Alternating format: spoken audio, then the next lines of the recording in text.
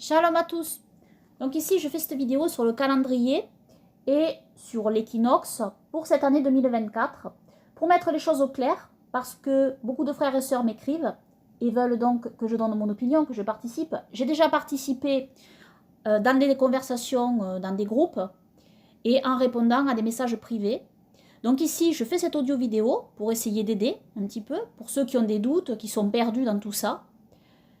Sachant bien l'amour de notre Seigneur et Sauveur Yeshua Jésus-Christ. Nous sommes unis par lui et en lui. Ce que nous ne comprenons pas aujourd'hui, nous le comprendrons plus tard.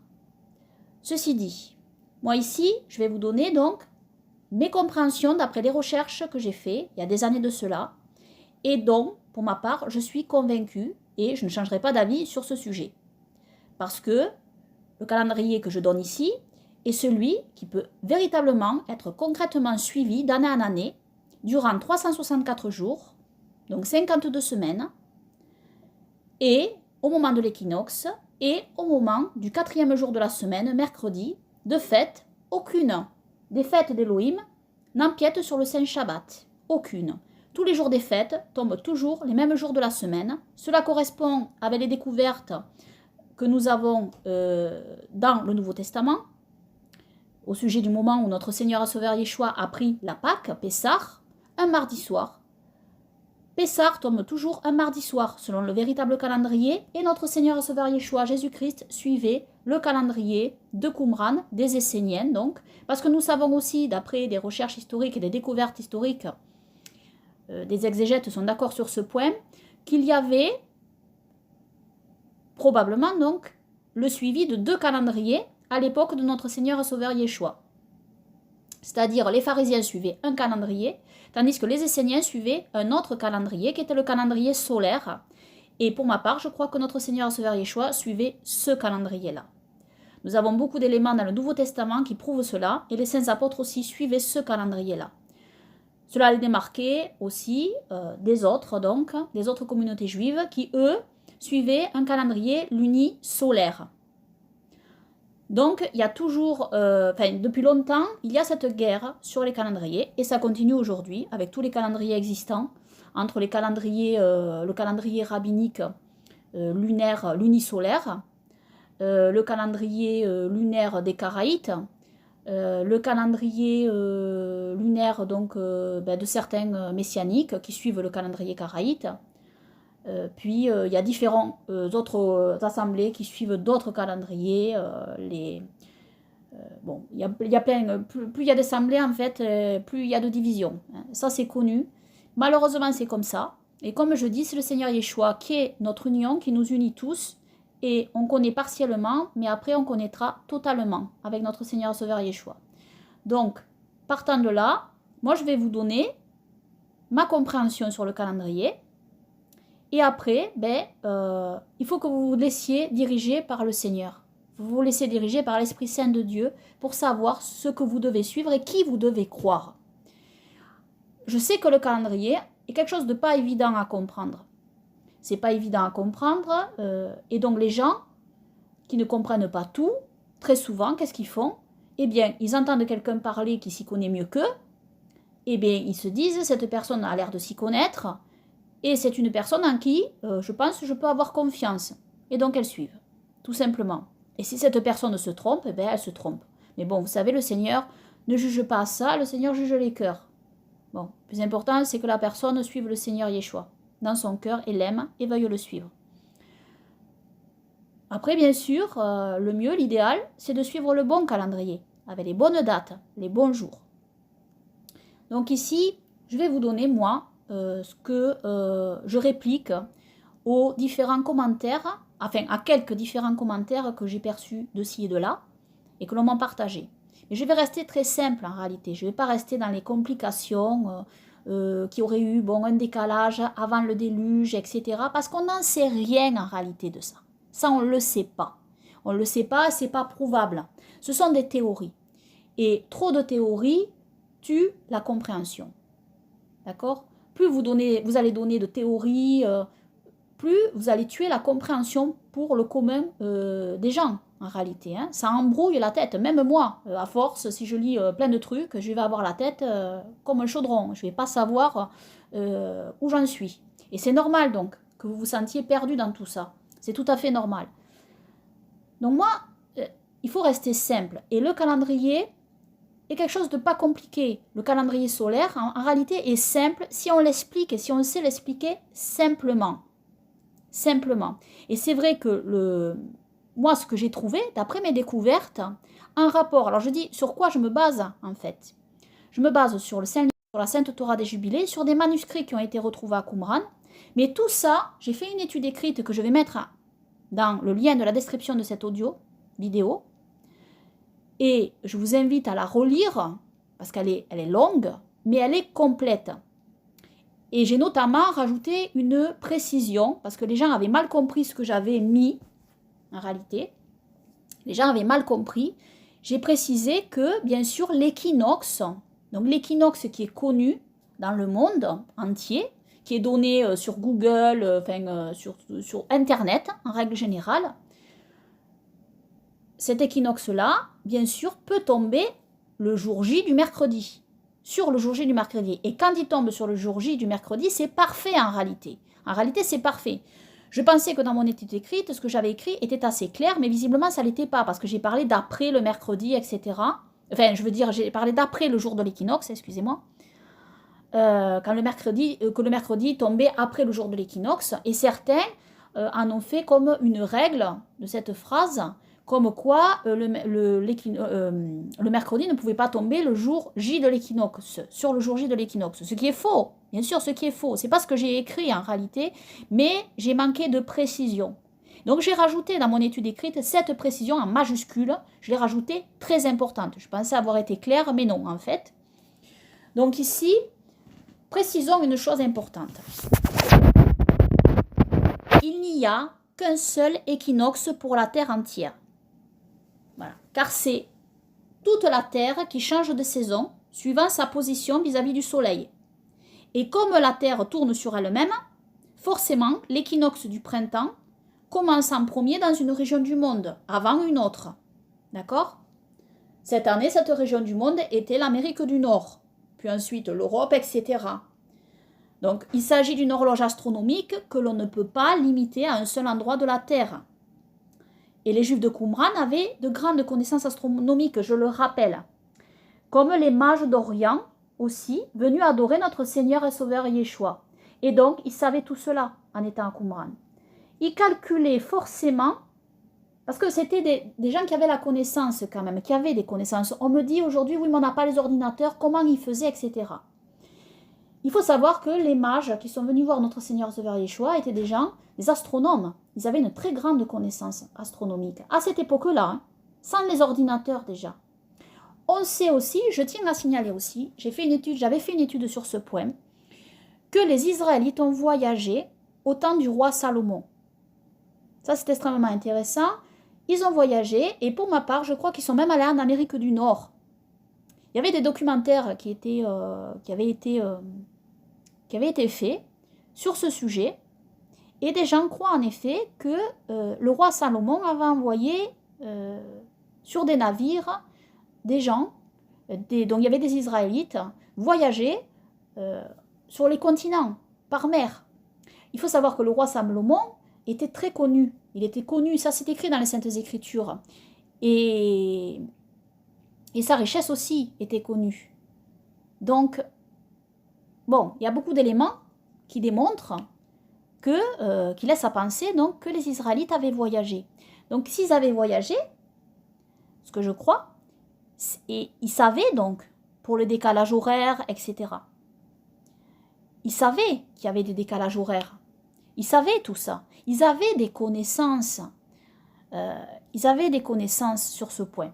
Bon, ça c'est très important à comprendre aussi. Même sans les ordinateurs, même sans tout ça, il faut savoir que les astronomes de l'époque avaient énormément de connaissances. Ils connaissaient... j'ai fait aussi d'autres études sur ce sujet, sur les mages, et sur les constellations. Les Arabes avaient une très grande connaissance astronomique. Donc voilà, c'était... Alors, ils voyaient aussi dans les étoiles des prophéties annoncées. Et c'est vrai que dans les étoiles, il y a des prophéties qui sont annoncées et qui ont été mis là par Dieu. J'avais fait toute une étude là-dessus. Donc, tout ça pour dire que, oui, à l'époque, à Qumran, il y avait quand même une grande connaissance astronomique. Et on sait très bien, d'après des écrits qui ont été retrouvés aussi, je crois que c'est dans le Zohar, ça c'est rabbinique, hein, mais bon, dans les écrits rabbiniques, il y a aussi vous trouvez aussi des bonnes choses, des mauvaises et des bonnes, il faut savoir faire le tri, n'est-ce pas? Il y a aussi des choses qui sont relatées, tout simplement, et on sait que les Juifs savaient pertinemment que la Terre était un globe, et que sur une partie de la Terre, il faisait jour, pendant qu'à un autre moment, eh ben, quand il faisait jour sur une partie de la Terre, il faisait nuit sur l'autre partie de la Terre. Donc, ils savaient plein de choses, en fait. Ils savaient plein de choses. Non, les Juifs, ils ne croyaient pas que la Terre était plate. Hein. Je ne vais pas entrer sur ce débat-là, dans ce débat-là, hein, mais ils ne croyaient pas que la Terre était plate. Donc, ils avaient de grandes connaissances astronomiques. Donc, pour ceux qui me disent, oui, mais sans les ordinateurs, comment ils faisaient, etc. Ben, ils savaient observer les étoiles, ils savaient observer le soleil, l'équinoxe, et calculer. Calculer à l'avance, également. Parce qu'ils ne faisaient pas qu'observer. Ils ne faisaient pas qu'observer avec un gnomon. Avec le gnomon, ils vérifiaient. Le gnomon servait à quoi? Le gnomon, il servait à vérifier. À vérifier. Mais, en réalité, ils calculaient, forcément. Ils avaient des calculs. Ils faisaient des calculs mathématiques. Donc voilà pour cette précision. Et donc les Juifs de Qumran savaient. Et dans les décalages horaires, etc. Et ils savaient donc que l'équinoxe avait commencé ailleurs avant d'être visible à Qumran. Et les Israélites, donc, voilà, au temps de Salomon, voilà, ça je l'avais déjà dit parce que j'ai un écrit hein, sous mes yeux là. Et donc voilà. Et alors aujourd'hui, bien sûr, nous avons Internet. Alors pourquoi ne pas s'en servir?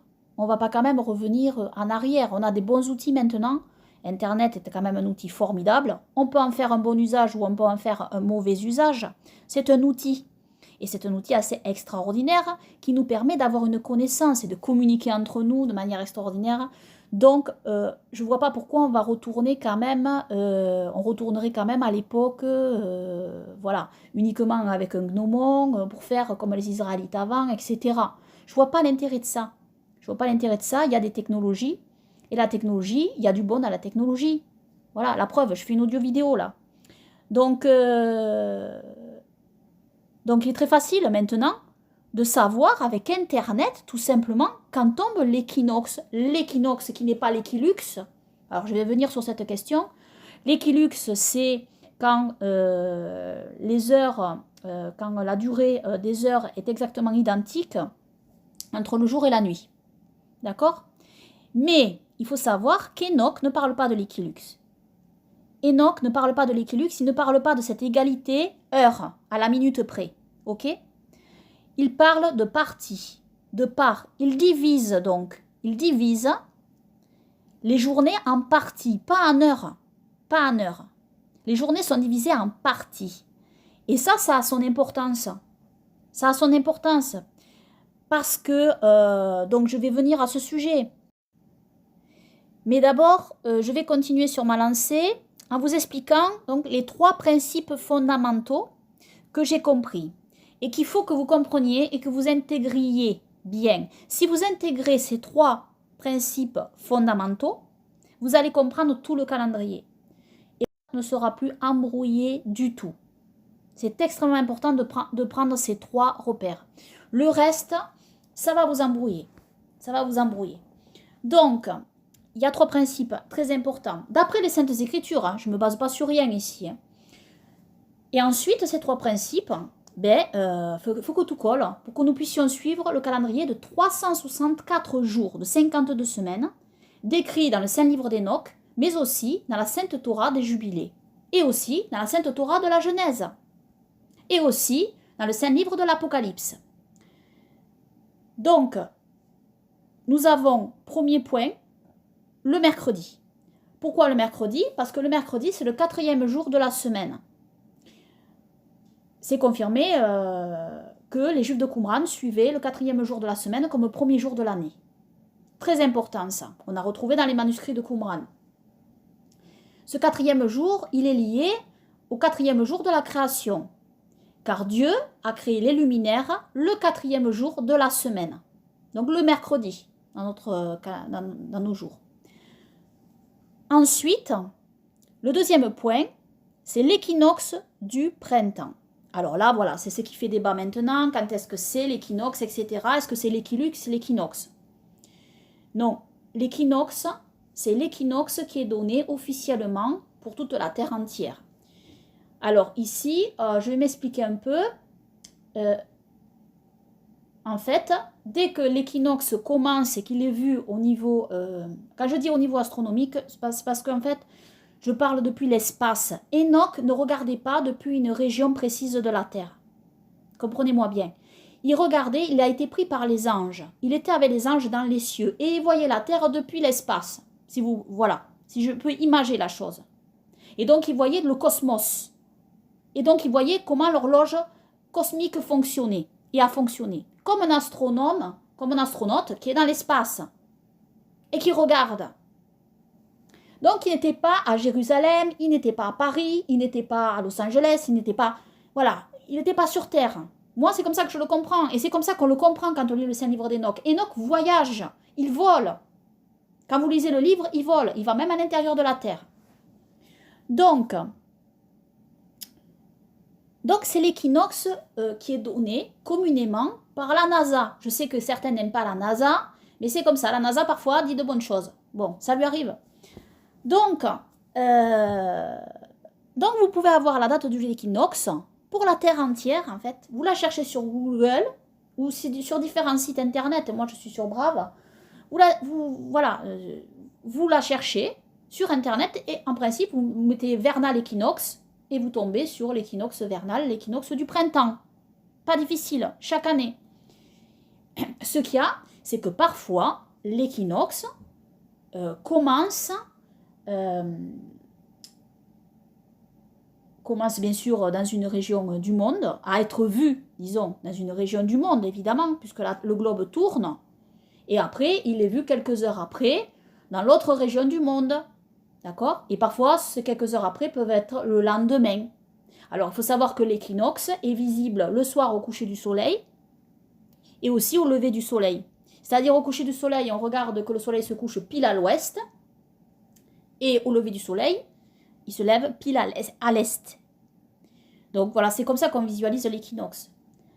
Mais l'équinoxe, c'est quand le soleil entre, donc, quand il est pile face à la Terre. Quand il rentre dans le plan équatorial terrestre. Et il est pile face à la Terre. C'est quand le soleil passe la grande porte décrite dans le livre d'Enoch. Voilà, quand il passe cette grande porte. C'est extrêmement important à comprendre ça. C'est pas uniquement l'égalité, les parties. C'est quand le soleil entre par la porte. C'est ça. C'est pas uniquement que les jours et les nuits sont égaux. Donc, je continue. La semaine, après le troisième point qui est très important, c'est la semaine qui reste dans la fourchette de l'équinoxe. C'est-à-dire, le mercredi doit toujours se trouver sur le jour J de l'équinoxe donc donné communément dans le monde, hein, et ou en suivant l'équinoxe, ça dépend des années, hein, sans semaine, sans dépasser la semaine. Vous comprenez? Donc le mercredi restera toujours au plus près du printemps, mais après l'équinoxe, pas avant. Parce que quand le mercredi, alors soit sur l'équinoxe, soit sur le jour J de l'équinoxe, soit un peu après. Mais lorsque les années s'écoulent, tous les 5 ou 6 ans, donc, il y a ce décalage qui se fait parce que la Terre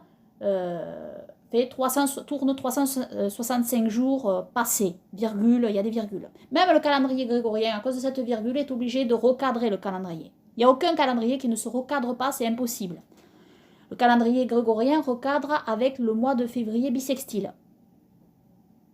Donc, il y a des recadrages dans tous les calendriers. Vous ne pourrez jamais faire sans recadrage, c'est impossible. Donc, pourquoi 364 jours? Parce que ça fait 52 semaines et ce chiffre est parfait. Pour diviser, c'est parfait 364 jours. Pour la division du temps, c'est quelque chose de parfait. C'est un chiffre biblique, c'est un chiffre mathématique parfait. 365, non. Mais c'est pas parce que... alors, il y en a qui disent, oui, mais avant, ça tournait à 364 jours. Je n'en suis pas convaincue de ça, en fait, en réalité. Je ne suis pas convaincue de ça. C'est une possibilité, on n'en a pas la preuve. Si avant le déluge, ça faisait 364 jours, je ne peux pas vous apporter la preuve, ni scripturaire, ni rien du tout, en fait. Oh, il y en a qui disent, oui, mais regarde, dans la Torah de la Genèse, c'est les 364 jours, etc. Oui, mais dans le livre d'Apocalypse, c'est aussi 364 jours. Et on n'est plus à l'époque de la création. Donc, ça veut dire que le calendrier, si vous voulez, prophétique des fêtes, le calendrier... ce calendrier-là ne correspond pas vraiment à la rotation de la Terre comme Dieu l'a créé. Ça ne veut pas dire que Dieu ne l'a pas créé à l'origine comme ça, hein, à 365 passé. Mais le calendrier est un calendrier pour les fêtes, pour suivre les fêtes. Ce n'est pas un calendrier qui est obligé de s'accorder complètement avec la rotation de la Terre. Moi, c'est ma compréhension. Hein. Donc voilà. Et donc, lorsque le mercredi se trouve avant le jour J de l'équinoxe, et ça tombe tous les 5 ou 6 ans, en fait, parce que la Terre, on recule, hein, le calendrier recule, tous les calendriers reculent, à un moment donné, et on est obligé de recadrer. Comment recadrer? Ben, le seul moyen de recadrer, en fait, c'est de revenir au mercredi après l'équinoxe. C'est la seule solution pour recadrer. Il y en a qui me disent, oui, mais où tu trouves ça, etc. C'est vrai que c'est pas explicite. Dans le livre d'Enoch, il y a un verset qui parle de chiffres, etc. C'est un peu compliqué, mais je pense que ce verset peut se référer à cela, mais j'en suis pas persuadée. Mais ça peut s'y référer. Par contre, pour moi, ce rajout de 7 jours, qui donnera donc tous les 5 ou 6 ans une année de 371 jours, est selon moi lié à la semaine de la création, tout simplement. Tout simplement. Et je vois pas, c'est vraiment la chose qui vient, mais c'est simple en réalité, rajouter 7 jours. Hein. C'est la chose qui vient tout naturellement. Est-ce que ça a même besoin d'être mentionné dans les écrits? Non. Parce que si vous voulez rester, si vous voulez, dans l'équinoxe, avec le mercredi, ben c'est la chose qui vous vient à l'idée, le plus simplement du monde, en réalité. Voilà. Alors qu'un 13e mois n'est jamais mentionné dans les Saintes Écritures. Jamais, jamais, jamais. Il y a beaucoup, au contraire, de versets qui prouvent qu'il n'y avait pas de 13e mois, mais seulement 12 chaque année. Chaque année, 12 mois chaque année. J'avais fait une étude aussi là-dessus. Il n'y a que 12 mois, pas 13.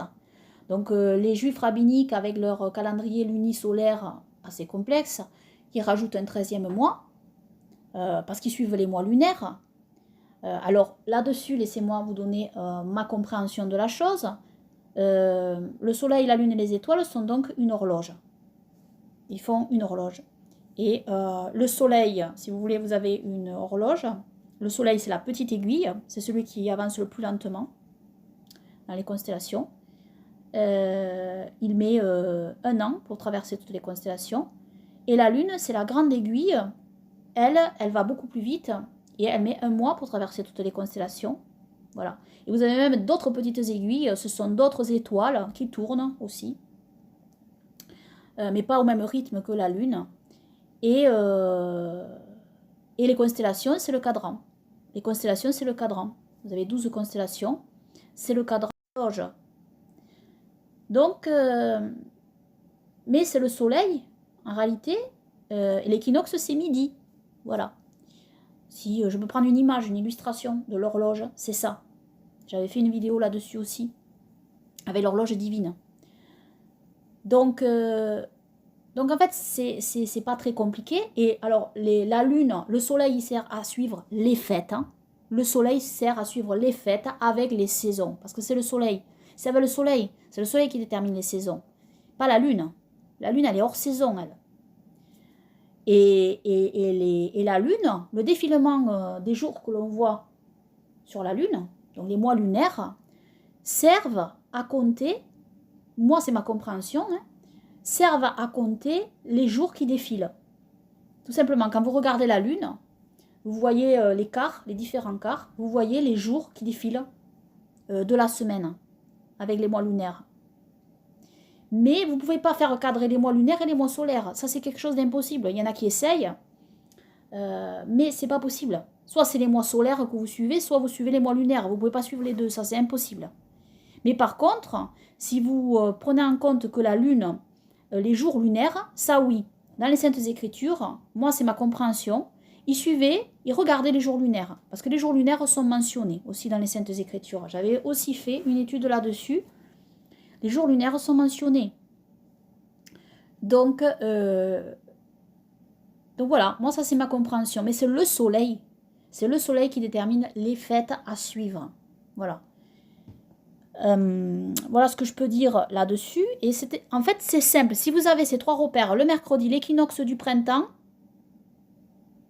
et la semaine donc de recadrage, et vous restez dans la fourchette, hein, le mercredi doit rester au plus proche de l'équinoxe, ben, avec ces trois repères faciles, vous suivez le calendrier chaque année parfaitement. 364 jours sans problème. Sans problème. Et les fêtes tombent toujours les mêmes jours de la semaine, d'année en année, sans empiéter sur les 5 Shabbats. Voilà. Donc, on a la preuve que notre Seigneur Sauveur Yeshua a suivi Pessah un mardi soir. Et nous savons que d'après le véritable calendrier, celui-ci, le solaire qui a été retrouvé à Qumran, Pessah tombe toujours un mardi soir. Il y a beaucoup d'autres éléments que j'ai mentionnés dans mon étude écrite que vous pourrez lire en détail. Mais c'est ça, la réalité. La réalité, c'est que nous savons que les apôtres et notre Seigneur Sauveur Yeshua, visiblement, suivaient le calendrier essénien. Il y a beaucoup d'exégètes qui vont dans ce sens. Et nous savons aussi qu'à cette époque, il y avait un conflit au sujet des calendriers. Parce que les pharisiens suivaient visiblement un autre calendrier, car Jean, dans l'évangile de Jean, mentionne un autre jour de suivi de Pessah. Contrairement au jour de Pessah qu'a suivi notre Seigneur Sauveur Yeshua. On voit un décalage ici. Et ce décalage s'explique par le fait de deux suivis de calendriers différents. Il y avait opposition et il y avait guerre des calendriers à cette époque-là. Déjà. Donc voilà. Et alors, pour les arguments, alors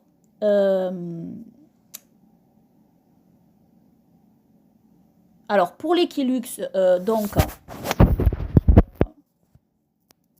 Ah oui, il y a aussi l'argument que il y en a qui se servent du verset d'Enoch, le 364e jour, qui serait donc le jour de l'équinoxe, il y en a qui disent. Mais non, en fait, il faut savoir que si Enoch parle des parties et pas des heures, c'est pour une raison. C'est parce que les parties, c'est moins précis que des heures. Et donc, l'égalité du temps jour-nuit s'étale sur une période de plusieurs jours. Je ne vous parle pas d'une égalité à la minute près ici. Je vous parle d'une égalité, comment dire, une égalité générale, si vous voulez. Vous n'êtes pas à 30 minutes près, etc. Donc, ce n'est pas l'équilux dont nous parle Enoch. C'est une période de plus... l'égalité du temps entre le jour et la nuit dont parle Enoch s'étale sur une période de plusieurs jours dans cette tranche, avant et après le mercredi, le 4e jour. Cette égalité a aussi lieu le premier jour du mois et non seulement le dernier jour de l'année, le 364e mentionné par Enoch. Enoch évoque juste la fin du décompte qui mentionne 364 pour bien marquer que le nombre de jours du calendrier solaire est de 364 jours. Pas pour appuyer le fait que seul le 364e jour est le moment de l'égalité jour-nuit. C'est pour cela qu'il ne m'enseigne pas des heures et des minutes et secondes, mais des parties. D'accord? C'est égal à 364 jours et c'est égal à 300 le lendemain, le premier jour de l'année. C'est égal aussi. D'accord? Donc là, il y en a qui font du mauvais littéralisme en lisant le Saint-Livre d'Enoch. Et il faut savoir aussi en plus que la veille, donc le 364e jour, le soir, au coucher du soleil, on peut lire l'équinoxe, quand le soleil se couche pile à l'ouest. Et le lendemain, on le voit se lever pile à l'est. Donc c'est le lendemain qui est le premier jour. Et le lendemain, c'est l'équinoxe. Voilà, ça ne veut pas dire que on commence au 364e jour, non. Et ensuite, j'ai un autre argument, parce qu'il y en a qui disent il faut être à Jérusalem. Il faut être à Jérusalem pour regarder l'équinoxe. Non. Alors, il y a un argument très simple à ça, c'est que Dieu n'a pas réservé le suivi de ces fêtes au seul peuple d'Israël. La preuve, les jours de Noah et les jours de Pentecôte, qui datent d'avant l'existence d'Israël et qui sont pour toutes les nations. Et elles devaient être célébrées par les autres nations qui sont tous fils de Noah. Lisez la Sainte Torah des Jubilés. Question donc. Toutes ces nations étaient-elles condamnées à quitter leur pays et à déménager vivre en Israël qui n'existait pas encore, à l'époque de Noé, en tant que pays, avec ses frontières, ni en tant que peuple, pour pouvoir calculer l'équinoxe et démarrer l'année dans leur pays respectif? Non, bien sûr que non. Tous les peuples ont toujours regardé l'équinoxe. Tous. Ils ne se sont pas dit on va aller dans cette région du monde pour le regarder, etc. Donc, Dieu a-t-il créé l'équinoxe et les saisons, et donc son calendrier pour le seul peuple d'Israël ou pour la terre entière? La majorité des croyants ne vivent pas en Israël, auquel je parle là ici. Vous voyez bien le printemps arriver, vous voyez bien l'hiver, vous voyez bien les saisons. Donc est-ce que Dieu a créé les saisons qu'en Israël, il a créé, ou il a créé pour la terre entière? Bien sûr qu'il a créé pour la terre entière, et il a créé pour là où vous vivez aussi, pour que vous profitiez des fruits, des fleurs, etc. Il a créé pour toute sa création, on est d'accord. Alors certains me disent, oui, mais Jérusalem est le nombril du monde. Oui, bien que le centre du culte a été ensuite à Jérusalem, les nations bien avant devaient suivre aussi, selon les commandements de Dieu transmis par Noah, les 4 jours de Noah avec les prémices. D'ailleurs, pour preuve, certains pays ont gardé la célébration des prémices de Pentecôte, donc les prémices et Pentecôte c'est pareil, et du premier de l'an, avec l'équinoxe. Et ça leur vient à l'origine de Noah, notre père ancestral à tous. Donc oui, le centre du culte a été ensuite à Jérusalem, mais ensuite notre Seigneur Sauveur Yeshua, il a dit à la Samaritaine que ce n'est pas à Jérusalem que les gens l'adoreraient, et que ce que Dieu veut, c'est un peuple qu'il adore en esprit et en vérité. Amen. Donc ça ne serait pas uniquement à Jérusalem. Ça c'est clair, le Seigneur Yeshua l'a dit à la Samaritaine. Les fils de Cham, de Sem, Cham et Japhé, donc, se sont débrouillés sans Jérusalem pour vérifier l'équinoxe. Mais maintenant, selon d'autres, qui sèment le doute là, ici, on ne serait plus capable sans Jérusalem. Alors je vous demande une question. Où est la cohérence biblique dans tout ça? Il n'y en a pas. Il n'y a pas de cohérence. Non, nous pouvons suivre les fêtes partout ailleurs dans le monde sans que l'équinoxe nous soit donné depuis l'heure de Jérusalem, uniquement. On peut voir l'équinoxe parce que cet équinoxe n'est bien sûr pas l'équilux, c'est l'équinoxe au moment où le soleil entre par la grande porte dans le ciel ou dans l'espace. Et aujourd'hui, nous avons les moyens, nous avons les outils. Nous avons quand même des outils à la portée de tous. Et cet outil, c'est Internet et c'est très simple. Voilà, chaque année, on a l'équinoxe, on a le jour de l'équinoxe. Alors je vous dis, l'équinoxe, la plupart du temps, c'est le 20 mars. C'est très simple en réalité. Mais il faut toujours vérifier, parce que parfois, ça peut tomber le 19. Voilà. Alors cette année, ça a posé problème, parce que... voilà, ça a posé problème, parce que bon, certains ont mis le doute, parce que l'équinoxe... Parce que le mercredi tombait le jour J de l'équinoxe. Et donc certains pensaient que c'était trop juste ou pas assez. Enfin bon bref. Ils n'ont pas bien compris que le mercredi, quand il tombe le jour J de l'équinoxe, en réalité c'est parfait. c'est la perfection, c'est parfait. Il n'y a pas mieux, il n'y a pas plus près de l'équinoxe que quand le mercredi tombe le jour J de l'équinoxe. Il n'y a pas plus près, il n'y a pas mieux. On ne peut pas faire mieux. D'accord? On ne peut pas faire mieux. Donc voilà, je peux rien ajouter d'autre à ça. Parce que bon, voilà, c'est tout ce que je peux dire. C'est tout ce que je peux dire. C'est notre repère, c'est le mercredi avec l'équinoxe. C'est pas compliqué, c'est comme une jauge, vous savez, qui bouge. Une aiguille, une jauge qui bouge de droite à gauche. Ben, c'est ça en fait le calendrier. Hein. Le début du calendrier, ça bouge de droite à gauche. Et ça, de droite, ça va vers la gauche, ça va vers la gauche, jusqu'à ce, paf, pile sur l'équinoxe, comme cette année. Et puis, l'année d'après, en 2025, ça va trop aller à gauche. Et donc, de fait, ça va être avant l'équinoxe, donc avant la saison du printemps. Donc, on sera en plein hiver. Et donc, il nous faut recadrer pour revenir au printemps et rajouter 7 jours de plus pour que le mercredi tombe après. Je ne peux pas faire plus simple que ça. Je ne peux pas expliquer plus simplement que ça. Si vous avez des doutes, eh bien, remettez toutes choses dans la prière au Seigneur. C'est tout. C'est lui qui va vous éclairer. Vous ne devez pas me suivre moi, vous ne devez pas suivre des hommes. Vous devez suivre le Seigneur. C'est lui qui va vous éclairer sur ce que vous devez suivre. Voilà, j'ai fait cette vidéo pour essayer d'apporter ma part. Voilà, après cette vidéo, c'est terminé. Hein. Je fais cette vidéo et là, j'arrête sur ce sujet. Certains me l'ont demandé, donc je l'ai faite. Donc voilà. Et donc, que le Seigneur vous bénisse, vous dirige dans toutes ses voies.